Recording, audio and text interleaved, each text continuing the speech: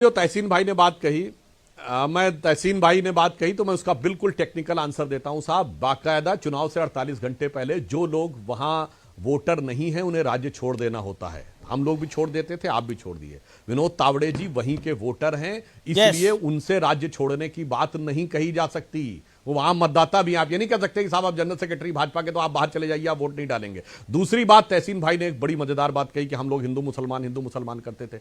अरे हम तो सिर्फ हिंदू मुसलमान की बात करते हैं, आप तो सिर्फ मुसलमान की बात करते थे। और एक गंभीर बात जो इन्होंने बात कही है, ये सच बात है कि आप किसी मुस्लिम को किसी भी प्रकार का, चाहे आप उसको घर दीजिए या आप उसको गैस दीजिए, वो कहता मुझे इससे मतलब नहीं है, मुझे कोई आर्थिक लाभ से मतलब नहीं है, मुझे कौम का मुस्तकबिल देखना है। यह एक फंडामेंटल डिफरेंस है, जो कि यह बात जाने अनजाने में जो बोला तहसीन भाई ने, उसके मुंह से यह बात परोक्ष रूप से समझ में आती है। और देश के करोड़ों लोगों को समझना चाहिए कि अगर उन्हें इस बात के लिए चाहे शौचालय मिले, घर मिले, हेल्थ इंश्योरेंस मिले, गैस मिले, वो कहते हैं हेल्प विद इट, हमें देखना है कि हमारा फ्यूचर कहां है। और दूसरी तरफ किसी समुदाय से कहा जाता है वर्तमान में क्या मिल रहा है, लाभ मिल रहा है, वो देखो, हेल्प विद द फ्यूचर। तहसीन, ये बात तो सत्य है कि आप बार बार कह रहे हैं कि बीजेपी हिंदू मुसलमान कर रही है, हिंदू मुसलमान कर रही है। नोमानी का समर्थन कांग्रेस को, उद्धव ठाकरे गुट को, शिवसेना के, और एनसीपी शरद पवार को नोमानी का समर्थन। इसके अलावा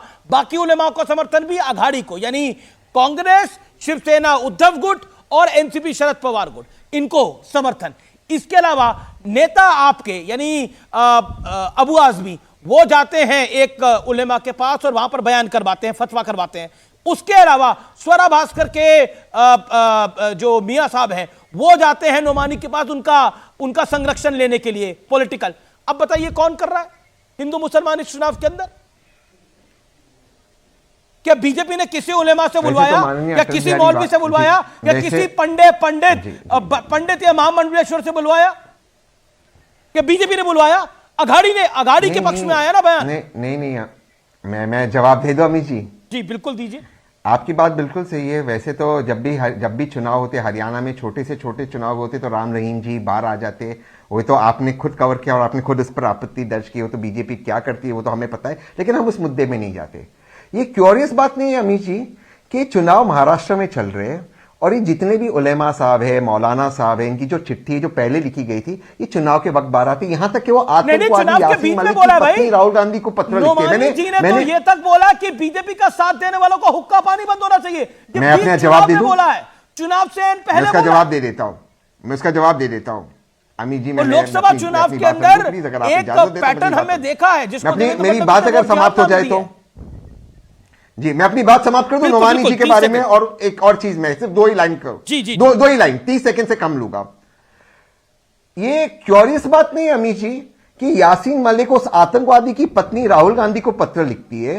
वो पत्र आज तक राहुल भाई को नहीं मिला, लेकिन मीडिया में सबको और बीजेपी के सभी प्रवक्ताओं को मिल गया।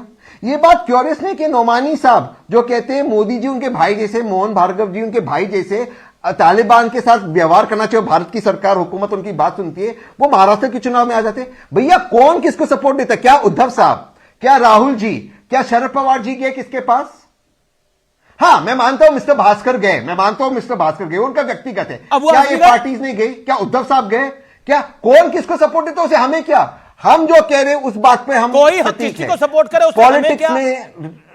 मतलब ये तो कमाल की बात हो गई। ये देखिए, ये पॉलिटिकल सपोर्ट आते हैं और हमने अगर उद्धव साहब, राहुल जी, अब चलिए, आपने बोला ना धर्म की बात कोई नहीं करा। अमीक जमाई की मैं बात कर लेता हूं।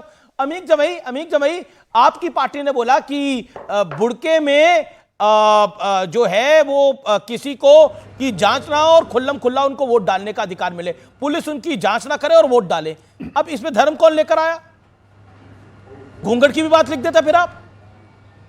बात ठीक है अमीश जी, हम तो ये पूछना चाहते हैं सुधांशु त्रिवेदी जी से कि भारतीय जनता पार्टी को आखिर महिलाओं में इतना इंटरेस्ट क्यों है, मुस्लिम महिलाओं में इतना इंटरेस्ट क्यों है? भाई आप पोलिंग ऑफिसर जो होते हैं उनका काम है, उसमें महिलाएं भी होती हैं स्टाफ में, कि कहीं पे कोई आईडी का मामला है तो वो संविधान जो हमारा इलेक्शन कमीशन का गाइडलाइन है उसके मुताबिक पोलिंग ऑफिसर उनकी चेहरे को उठाएंगे, जांच करेंगे। लेकिन उत्तर प्रदेश में या पूरे देश में 2024 के चुनाव में यह देखा गया कि मुस्लिम महिलाओं को पुलिस फोर्स के लोग जबरदस्ती निकाब उठा के अपमानित करने का काम, डराने का काम, उनको धमकाने का काम करते हैं। क्या ये बात आपको पसंद है कि इस देश की किसी भी बेटी को बोल रहे हैं कि महिलाओं में भाजपा वाले को इंटरेस्ट है क्या?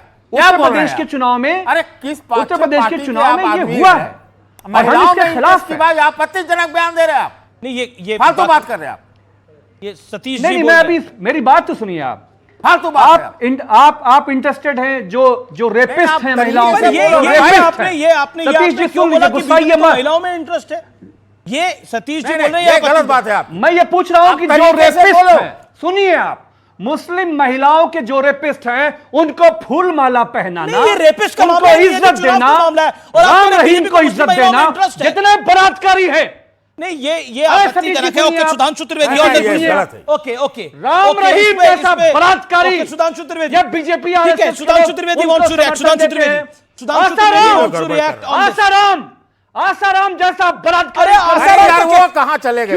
आप अभी जो बोले अपनी बात, आसाराम का मामला भी है नहीं कुछ। इसीलिए मैंने कहा कि आपको मुस्लिम महिलाओं में इतना इंटरेस्ट क्यों है? नहीं, देखिए समाजवादी पार्टी इसके खिलाफ है, अखिलेश यादव जी इसके खिलाफ है। गलत बीजेपी को क्यों इंटरेस्ट होगा? आप समझे नहीं। अखिलेश ने तो ऐसा नहीं कहा ना। ये हम पूछ रहे हैं ना, आसाराम में आपको इंटरेस्ट क्यों है जो महिलाओं का बलात्कारी है? नहीं, देखिए एक सेकंड, राम रहीम में इंटरेस्ट क्यों है? आपकी पार्टी के भी कई बलात्कारी गए हैं। हम पॉलिटिकल बात नहीं कह रहे हैं सतीश जी, मैं बहुत संजीदगी से बोल रहा हूं।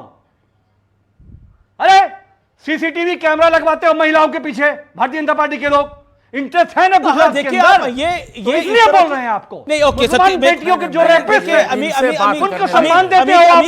देखिए आप बुड़के में जांच ना, उसको जस्टिफाई करने के लिए मेरा निवेदन है, तथ्यात्मक बातें रखिए। आप अपनी पार्टी के वरिष्ठ नेता हैं, प्रवक्ता हैं, मेरा निवेदन है और मेरा कार्यक्रम सर्वाधिक देखा जाता है। हिसाब से वो ठीक होना चाहिए, गाइडलाइन के मुताबिक बिल्कुल जांच करेंगे। ये आपत्तिजनक है ना। आप बोलेंगे कि बीजेपी को रेपिस्ट में इंटरेस्ट है, बीजेपी को मुस्लिम महिलाओं में इंटरेस्ट है। मुझे लगता है कि एक पॉलिटिकल पार्टी है, इनका डीएनए है।